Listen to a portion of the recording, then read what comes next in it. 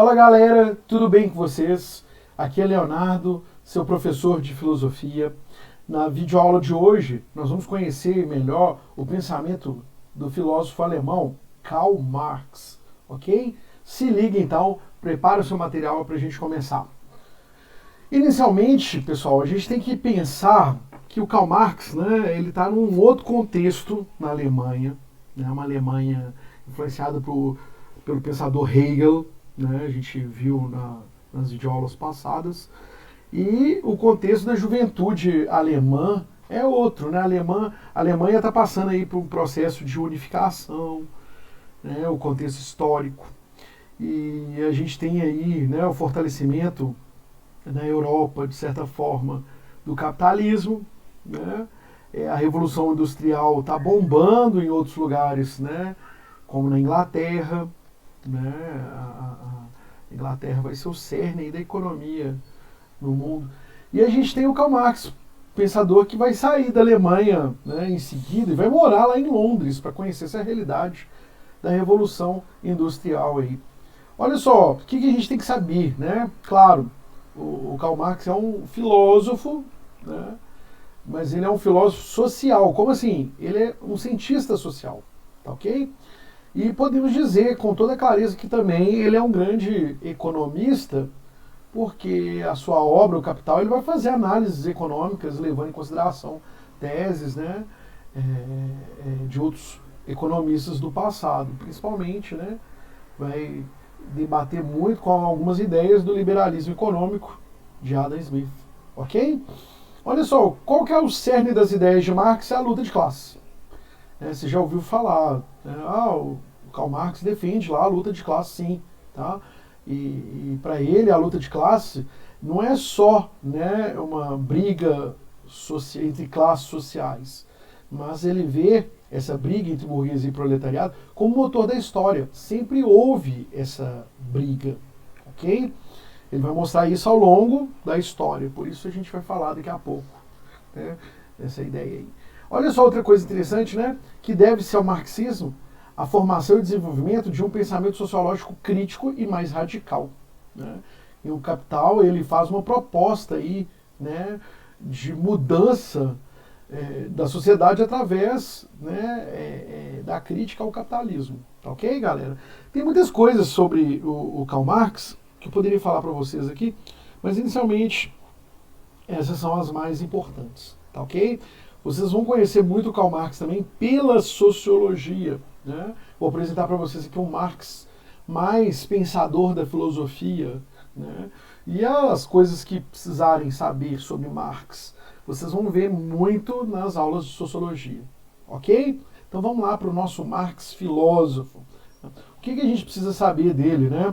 Enquanto um pensador da filosofia? Aquilo que eu falei, né? A gente está vendo ele separado, mas ele é importante dentro da sociologia em grupo, tá ok? Essa mudança né, de pensamento aí, ele tem uma importância dentro do grupo dos sociólogos, né? A gente está analisando ele aqui separado, tá ok? E essa análise separada nós vamos ver o pensamento dele filosófico e não, né, a gente não vai aprofundar tanto nas teorias sociológicas dele, ok? Apesar de estar tudo linkado. Outra coisa importante, então, né, voltando aqui, o que Marx diz sobre, né, qual que é a visão que ele tem sobre o ser humano, sobre as coisas? Olha só, a sua visão antropológica é muito interessante, galera, porque ele coloca assim, ó, os homens fazem sua própria história, mas não a fazem como querem. Não a fazem sob circunstâncias de escolha, e sim sobre aquelas com que se defrontam diretamente, ligadas e transmitidas pelo passado, né? O que ele quer dizer, né, na sua visão antropológica?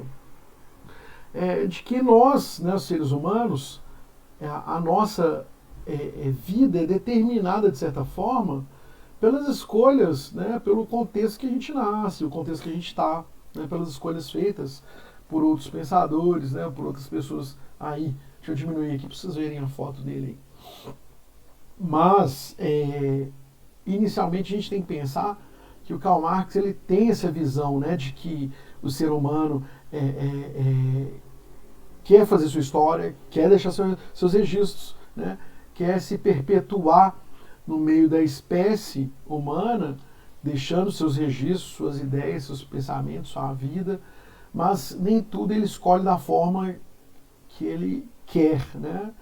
E aquela ideia que ele fala aqui no segundo momento, ó, e sim sobre aquelas com que se defrontam diretamente, legadas e transmitidas pelo passado. Então ele fala assim, olha, quem já nasceu, né, sob condições boas, né, financeiramente falando, essa pessoa vai ter mais condições de escrever sua história da forma que ele quer, que ele já teve, né, um passado, um berço de ouro.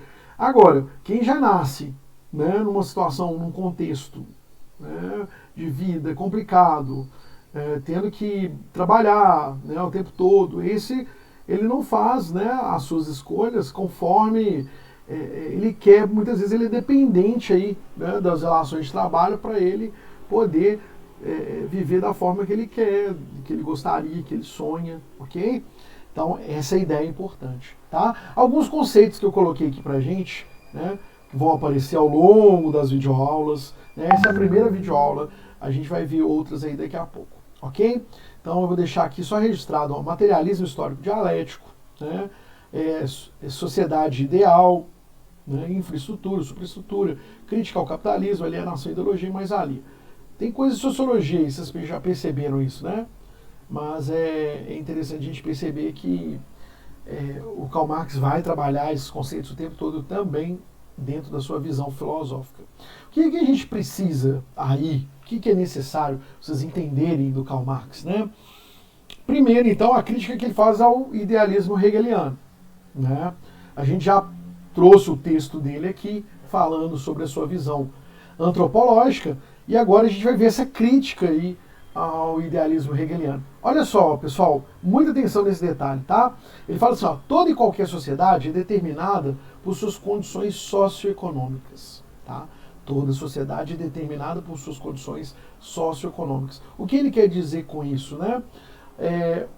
Os modos de produção, né, as formas de produção, os modos de produção, né, é o modo como é determinada a sociedade, ok? Como assim?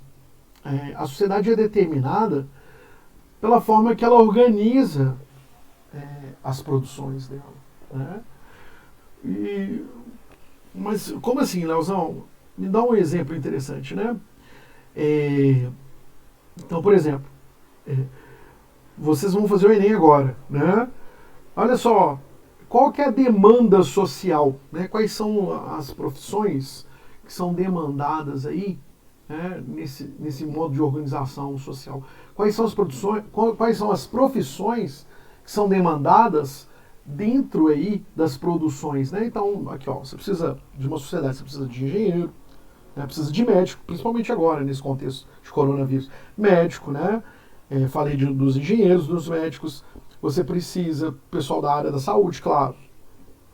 Aí vem os outros vestibulares, né, de outras profissões. Você precisa de professores, né? Você precisa pessoal para trabalhar em outras áreas, por exemplo, né? Dentro da linha de montagens, né? Outras engenharias de forma geral. Mas olha só, beleza. Dentro dos top 5 aí que eu falei, né? Falei pessoal da saúde, falei o pessoal das engenharias, né? Falo aqui também o pessoal do direito. Esses 3 cursos são basicamente os mais importantes, né, para produções dentro da sociedade. Por que direito, né? Por que medicina e por que o terceiro que eu falei, as engenharias, né? São a base, né? Então, dependendo da demanda de organização da sociedade, né, da demanda de profissionais aí de produção, é que os vestibulares são montados aí para Hegel, né, dentro dessa ideia. Então, por exemplo, há carências de qual setor, né, dentro da produção? Então, essa carência dentro do setor, por exemplo, de médicos, o vestibular vai ser demandado mais isso. Então, ele, de certa forma, a seleção para o ingresso dentro das universidades, né, a procura por parte da população vai ser maior, se tiver demanda de mais médicos, né? Então, por quê? Porque paga-se melhor. Então, as pessoas vão em direção a esse interesse.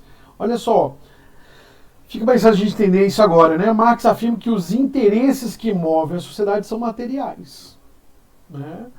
Então, lembra do Adam Smith, que nós somos seres que buscamos os nossos interesses?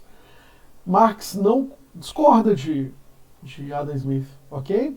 Só que ele vai falar o seguinte, olha, os interesses que movem a sociedade não são nossos próprios interesses só, não. Para Marx, esses interesses muitas vezes são materializados, ok? E o que é essa materialização, né? É o que ele vai falar, que ele vai chamar de materialismo, ok? O que é o materialismo, então? A supervalorização dos bens materiais, ok? Bom, o que ele critica, para a gente já chegando no final dessa videoaula, né? O que ele critica em Marx, né? Olha, ele critica aquele idealismo hegeliano, né? De que a história é consequência racional dos acontecimentos, né? A racionalidade foi moldando a humanidade, né? Para Hegel, né?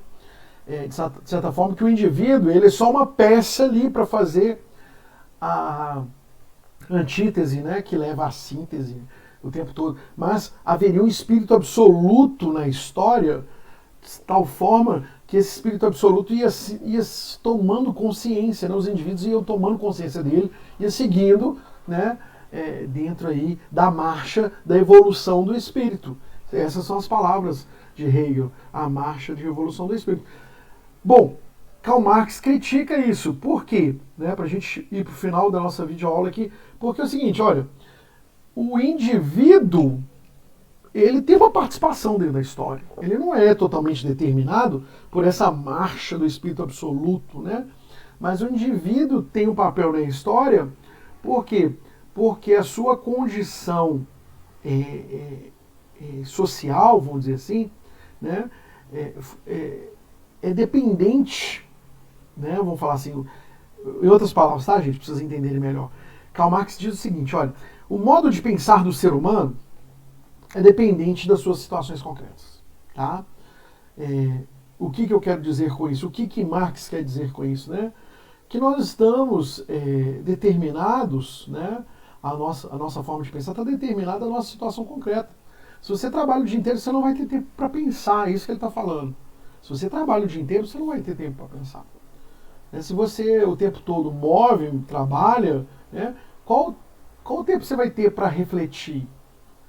Então, enquanto, né, algumas pessoas têm condições de vidas melhores, né, quanto melhor sua condição de vida, por exemplo, quanto menos você trabalhar de certa maneira, você tem um tempo maior para pensar. Mas quem vive ali o tempo todo só trabalhando, qual o tempo que ela vai ter para pensar? Ela vai chegar em casa e vai querer comer e dormir. Muitas vezes nem comer, porque não, né, a situação não permite ali, ela vai dormir. Alguém que fica, né, o tempo todo trabalhando vai ter tempo de ficar pensando, né, nesse contexto de Marx? Não. Por último, gente, né, à medida que essas condições materiais mudarem, né, na visão de Marx, o modo de pensar das pessoas também pode mudar. Então, por isso ele bate de frente, tá, com o idealismo hegeliano, que acredita que o ser humano, né, dependendo do esforço dele, ele vai tomando consciência, vai melhorando enquanto ser humano. Mas para Marx não. As condições, né, sociais aí, o contexto social que ele está, as condições materiais da pessoa também determinam a forma dela pensar. Se ela já tem uma estrutura em casa, né, onde ela pode comer, né, viver bem, isso também tem a ver com a qualidade de vida dela. Ok? Vamos parar por aqui então. Na nossa próxima aula nós vamos ver o materialismo histórico dialético. Tá? Espero vocês na nossa próxima aula. Um beijo para vocês. Se vocês estão gostando da videoaula, dá um like aí, tá ok? Se não estiver gostando, dá um dislike. Valeu, galera. Beijo para vocês. Até a nossa próxima aula. Muito obrigado. Fui.